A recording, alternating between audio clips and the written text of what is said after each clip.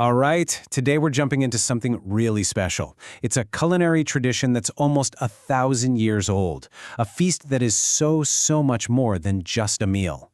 We're diving into the 9 bowls, 13 delicacies from NingXia, China. Okay, listen to this.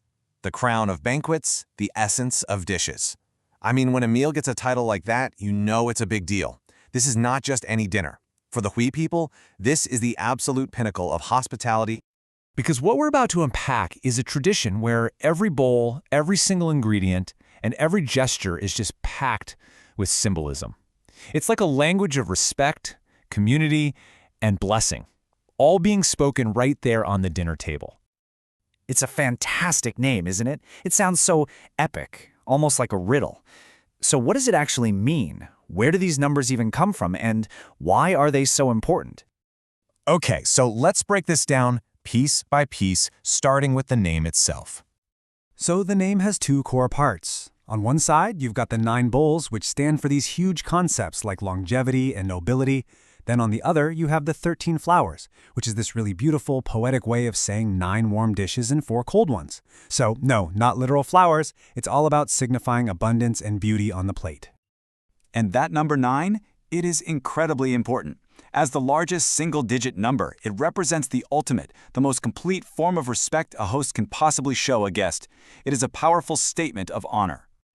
And this is just brilliant. It perfectly illustrates the whole philosophy behind the feast. By using 9 identical bowls, the host is making this profound statement that everyone at the table is equal, and that the blessings of the meal are meant for all to share. It's a beautiful visual metaphor for community and harmony. So, now that we kind of get the name and the numbers, what about the food itself? Let's take a quick tour of some of the standout dishes that make this banquet so incredible. First up, a classic, steamed meatballs. Sounds simple, comforting, but like everything in this meal, it has a much deeper meaning. The key here is the shape. That roundness is no accident. It's a physical symbol of family reunion, of harmony. So every time you eat one, you're basically taking in that wish for togetherness. How cool is that? Next, we've got something with a completely different texture, crispy fried meat. This one appeals to the senses in a whole new way. Here, it is all about the color and the crunch. That beautiful golden hue, it symbolizes wealth and prosperity. Meanwhile, the crispiness just adds to that festive, celebratory mood of the whole banquet. It's a dish that literally sounds and looks like a party. And finally, we have a dish that carries a meaning you might actually recognize from other parts of Chinese culture, the braised carp. This is a classic example of a phonetic pun that carries a blessing. See, the word for fish, yu, sounds identical to the word for surplus. So when you serve fish, you're wishing your guests a future with plenty, that they'll have abundance year after year. And those are just a few examples. The full banquet is a masterclass in balance. You get tender, steamed dishes, rich braised meats, a stunning centerpiece like the auspicious golden bowl, and 4 refreshing cold dishes to cut through all that richness. It's a complete culinary journey. But this feast isn't just about what you eat, it's about how you eat it.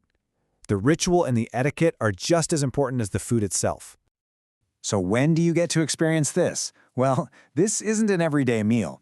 The 9 bowls, 13 delicacies is reserved for the most important moments in life. Weddings, major festivals, celebrating an elder's birthday, or welcoming a truly distinguished guest. This is hospitality turned up to the absolute max. And the serving itself is a performance of respect. All 9 warm bowls arrive at once, a powerful symbol that everyone is equal and these blessings are meant to be shared. Nobody starts before anyone else.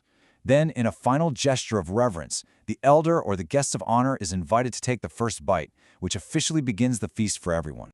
So where did this incredible tradition come from? And why is it so carefully preserved today?